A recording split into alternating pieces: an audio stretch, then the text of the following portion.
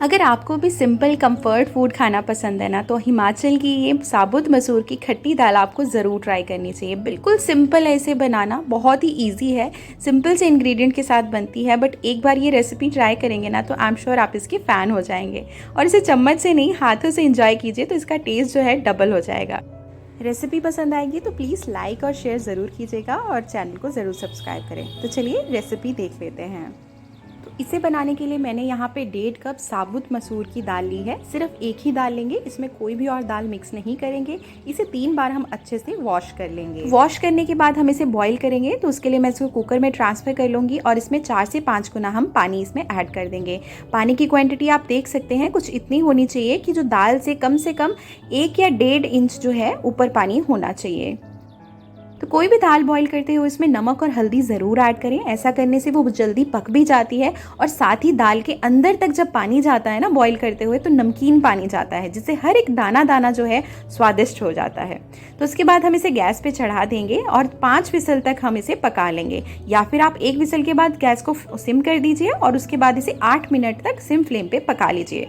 पर अगर जल्दी में है तो 5 विसल बचा करके आप इसे पका सकते हैं। बस फ्लेम ऑफ करके इसे साइड में रख दीजिए और ढक्कन जब तक अपने आप नहीं खुल जाता तब तक हम इसे नहीं खोलेंगे। जब ये अपने आप सारी स्टीम रिलीज कर देगा, उसके बाद ही हम इसे यूज़ करेंगे। तो ये जो दाल होती है फ्लेवर में खट्टी बनती है, तो खट्टेपन के लिए मैं यहाँ पे इमली यूज़ कर रही हूँ। लेकिन जो इसकी ट्रेडिशनल रेसिपी होती है ना, उसमें इमली नहीं बल्कि माकड़ियाँ यूज़ की जाती है। अब माकड़ियाँ क्या होती है? माकड़ियाँ जो कच्चा आम होता है ना, उसकी छोटे छोटे स्लाइसेस की जाती है और उसे सुखा लिया जाता है और पूरे साल भर के लिए रख लिया जाता है एक डब्बे में बंद करके। जब कभी भी दाल बनती है तो बॉईल करते हुए साथ में उनको भी एक मुट्ठी डाल दिया जाता है, जो कि बहुत अच्छा खट्टा फ्लेवर देती है। लेकिन अभी हमारे पास वो तो नहीं है, तो इसलिए मैं यहाँ पे इमली यूज़ कर रही हूँ। इसको थोड़े से गुनगुने पानी पे हम थोड़ी देर के लिए रख देंगे, जिससे ये सॉफ्ट हो जाए। लेकिन इसे बहुत केयरफुली यूज़ करना है। कैसे यूज़ करना है वो हम आगे वीडियो में देखेंगे। लेकिन पहले हम तड़के की तैयारी कर लेते हैं, तब तक ये सॉफ्ट भी हो जाएगी।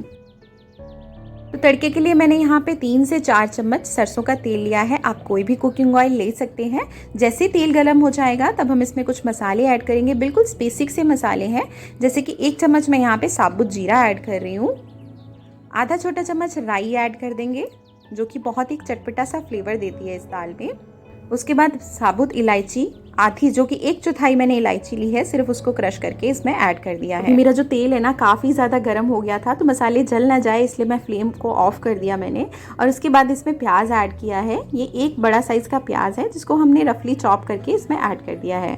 यहाँ पे प्याज को पकाना बहुत इंपॉर्टेंट है। किस तरह से पकाना है वो हम जान लेते हैं। इसे हम मीडियम फ्लेम रखते हुए अच्छे से तब तक पकाएंगे जब तक ये बिल्कुल क्रिस्पी सा नहीं हो जाता। अभी मैं फ्लेम को ऑफ ही रखा है मैंने, क्योंकि मेरी कढ़ाई काफ़ी ज़्यादा गर्म हो चुकी थी, इसलिए मैं अभी ऑफ ही रखूँगी। लेकिन आप मीडियम फ्लेम रखते हुए इसे तब तक पकाएं जब तक ये डार्क ब्राउन जैसा नहीं हो जाता। जलाना नहीं है, एक कुरकुरापन सा देना है, क्योंकि पहाड़ी दाल जो होती है ना, उसमें प्याज का कुरकुरापन ना बहुत अच्छा लगता है। तो अभी आप देख सकते हैं हमारा प्याज जो है कितना अच्छे से पकना शुरू हो गया है। तो जब भी आपको करारी सी दाल बनानी है ना, तो प्याज को करारा करना बहुत इंपॉर्टेंट है। ये बहुत अच्छा दाल को एक क्रिस्पी सा फ्लेवर देता है और करारा सा एक टेक्सचर देता है। तो अभी आप देख सकते हैं हमारा बिल्कुल डार्क ब्राउन सा प्याज हो चुका है। तो इस स्टेज पे हम इसमें ऐड करेंगे टमाटर। तो यहाँ पे प्याज और टमाटर की क्वांटिटी जो है ना, वो रेशो सेम ही रहेगी। एक ही मैंने प्याज यूज़ किया था और एक ही टमाटर हम इसमें यूज़ करेंगे। तो अभी हम फ्लेम को बिल्कुल कम कर देंगे और टमाटर को पकने के लिए छोड़ देंगे। और साथ में कुछ थोड़े से हम मसाले भी इसमें ऐड करेंगे।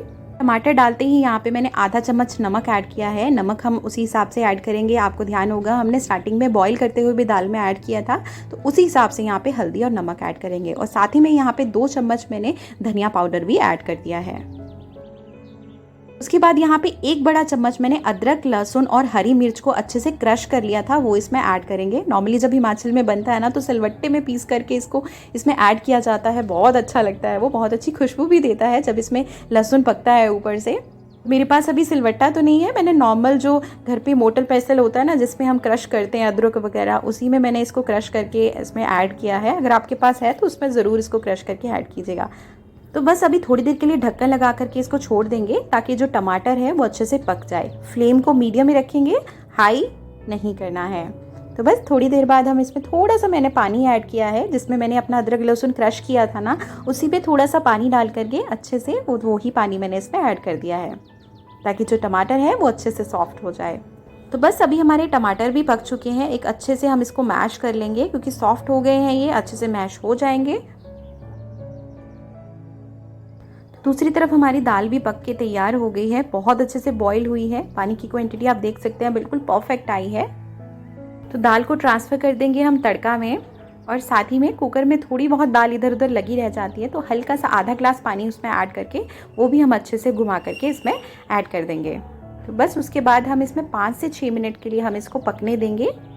तो दाल तो हमारी ऑलमोस्ट बन चुकी है, लेकिन आपको याद होगा हमने इमली भी भिगो के रखी थी, तो वो बिल्कुल सॉफ्ट हो चुकी है अभी। तो इस तरह से हाथों से इसको मैश कर लेंगे और एक छन्नी की हेल्प से हम इसकी सारी गुठलियाँ अलग कर देंगे और एक बहुत अच्छी सी खट्टी सी इमली की प्योरी हमारे पास तैयार हो जाएगी। अब इस इमली की प्योरी को हम ऐड कर देंगे दाल में, और दाल में ऐड करने के बाद इसको हमें 2 से 3 मिनट के लिए पकाना है, बहुत ज़्यादा नहीं पकाएंगे। तो बस ऊपर से थोड़ी सी कसूरी मेथी और हरा धनिया डाल करके गार्निश कर देंगे। तो हमारी दाल बहुत ही मज़ेदार बनके तैयार होती है। ये एक बार ज़रूर ट्राई कीजिएगा, और ट्राई करने के बाद मुझे कमेंट सेक्शन में आकर के ज़रूर बताइएगा कि आपको ये दाल कैसी लगी। और ये वीडियो पसंद आया हो तो प्लीज़ लाइक और शेयर ज़रूर कीजिएगा उन सबके साथ जो कि कम्फर्ट फूड खाना पसंद करते हैं। और इस तरह की डेली वीडियोज़ के लिए चैनल को ज़रूर सब्सक्राइब करें, साथ में बने हुए बेल आइकन को ज़रूर प्रेस कर दें ताकि आपके नए वीडियो को मिस ना कर सकें। चैनल को सब्सक्राइब करना और वीडियो को देखना टोटली फ्री है। और इस तरह की आप और भी पिक्चर्स और छोटी छोटी क्लिपिंग्स देखना चाहते हैं तो मेरे इंस्टाग्राम पेज और फेसबुक पेज को भी ज़रूर फॉलो करें। तो मिलते हैं कल एक और नई रेसिपी के साथ में। Till then bye bye and take care.